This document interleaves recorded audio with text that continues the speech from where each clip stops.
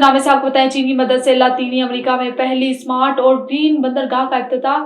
یہ بندرگاہ ایشیا اور لاطینی امریکہ کو جوڑنے والے گیٹ وے کے طور پر کام کرے گی۔ مزید تفصیلات بیجنگ سے شاہد افراز خان کی اس رپورٹ میں۔ پیرو میں چانگے بندرگاہ کے افتتاحی تقریب میں چین اور پیرو کے سربراہان مملکت نے مشترکہ طور پر شرکت کی اور بندرگاہ کے افتتاح کا اعلان کیا۔ اس موقع پر چینی صدر شی جن پنگ نے کہا کہ چانگے بندرگاہ جنوبی امریکہ میں پہلی سمارٹ اور گرین پورٹ ہے، جس کی تکمیل کے بعد پیرو کو بہت زیادہ فوائد حاصل ہوں گے۔ بڑی تعداد میں روزگار کے مواقع پیدا ہوں گے اور یہ زمین کو سمندر سے اور ایشیا اور لاطینی امریکہ کو جوڑنے والے گیٹ وے کے طور پر پیرو کی پوزیشن کو مستحکم کرے گی۔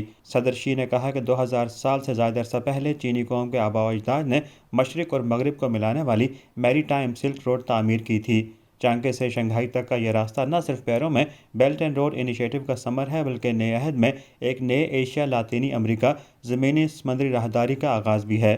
شی جن پنگ نے اس بات پر زور دیا کہ ہمیں مشترکہ کوشش کرنی چاہیے، وسیع مشاورت، مشترکہ شراکت اور مشترکہ فوائد کے اصول پر عمل کرنا چاہیے اور بحر الکاہل کی ساحلی معیشتوں کو مشترکہ ترقی کے لیے بااختیار بنانا چاہیے، تاکہ اسے پیرو اور یہاں تک کہ لاطینی امریکہ اور کیریبین ممالک کی اکثریت کے لیے حقیقی معنوں میں خوشحالی کا راستہ بنائیں اور وسیع مواقعوں کے ساتھ باہمی فائدے اور جیت جیت کے نتائج حاصل کریں۔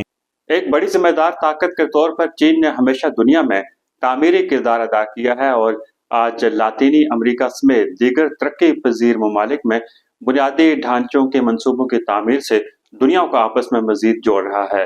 شاہد Afraz Khan, A1 T V, Beijing. اور اسرائیل کی بیروت کے جنوبی مضافات پر بدترین بمباری، 78 لبنانی شہید۔ اسرائیلی فورسز کی بیروت کے جنوبی مضافات میں گولہ باری سے مزید 78 لبنانی شہید جبکہ 122 سے زائد زخمی ہو گئے۔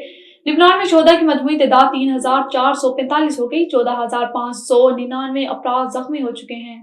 اور آپ کو بتائیں، غزہ میں بدترین مظالم، یورپی یونین کا اسرائیل پر تجارتی پابندیاں لگانے پر غور۔ یورپی یونین کی خارجہ اور سیکیورٹی پالیسی کے سربراہ جوزف بوریل نے بتایا کہ یورپی یونین کے وزرائے خارجہ 18 نومبر کو ملاقات کریں گے اور پہلی مرتبہ اسرائیل کے خلاف پابندیاں عائد کرنے اور غزہ میں جنگی کارروائیوں کے دوران انسانی حقوق کی پاسداری میں ناکامی کی وجہ سے اس کے ساتھ سیاسی مذاکرات کو منجمد کرنے پر بات کریں گے۔